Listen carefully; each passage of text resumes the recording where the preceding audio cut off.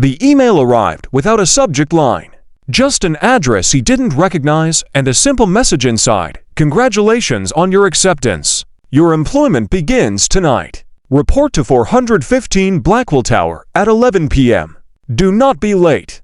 Daniel frowned. He hadn't applied for a job recently. At least, he didn't think he had. His last application had been months ago, and none of those places had gotten back to him. He checked his spam folder, nothing.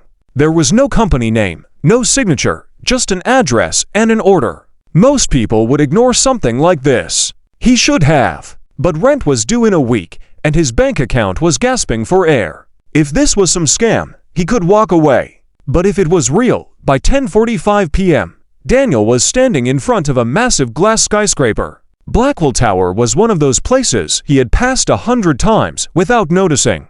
It was sleek, modern, too expensive for someone like him to ever work in. The lobby was completely empty. No receptionist, no security, just a single elevator with its doors already open.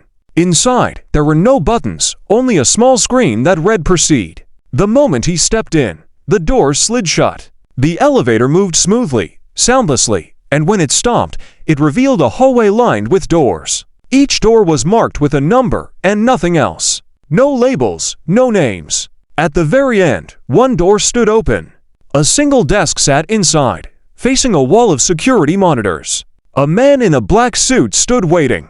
He looked perfectly normal to normal. In fact, everything about him was neat, pressed, symmetrical. His suit had no wrinkles, his tie was perfectly centered, and his hair looked like it had been drawn on with a ruler. He smiled, but his eyes didn't move with his mouth. "You're late," he said, though Daniel was right on time.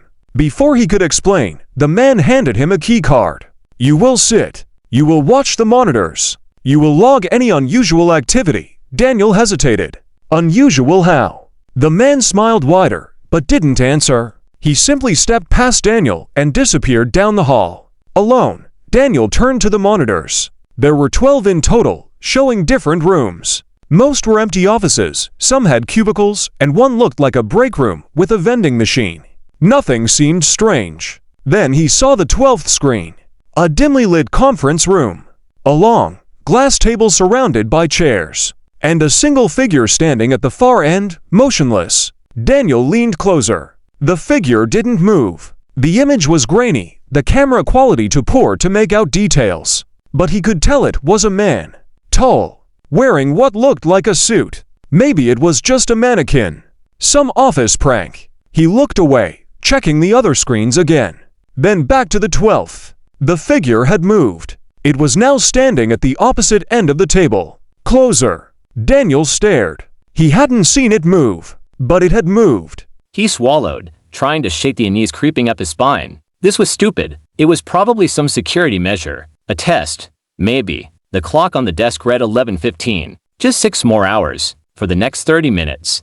Nothing happened. Then, on the 12th screen, the figure was standing right in front of the camera. Daniel's breath caught in his throat. The camera was mounted high, yet the figure's face was perfectly aligned with the lens, as if it was looking at him. The image was too blurry to see features, but he knew it was staring. A message popped up on his screen. "Do not acknowledge it." His stomach twisted. The message had no sender, no notification sound. It just appeared, bold and impossible to ignore. Daniel's hands hovered over the keyboard. He glanced at the screen again. The figure was gone. The rest of the shift passed in tense silence. The figure never returned. At 6 a.m. sharp, the man in the black suit reappeared. He didn't ask any questions, just took the keycard from Daniel's shaking hands and nodded. "You will return tomorrow." Daniel left without a word. He barely slept that day. When he woke, his phone had another email. "Your performance was satisfactory. Report again at 11 p.m. He should have ignored it. He should have blocked the sender, moved on, found another way to pay rent. But curiosity mixed with fear in a way that made turning away impossible. That night,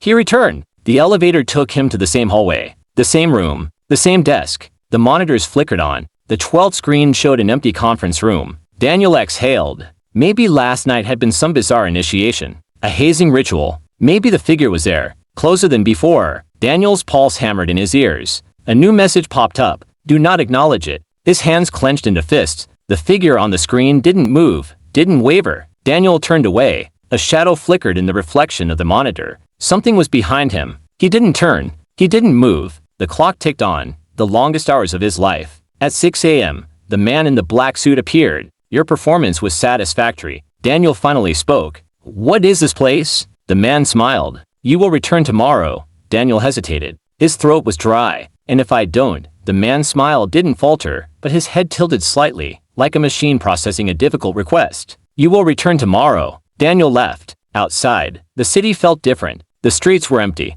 The air was still. He checked his phone. His last call log was blank. His texts erased. His contacts gone. His apartment key didn't fit the lock when he got home. A message appeared on his phone. You will return tonight. The screen flickered. His reflection stared back, smiling.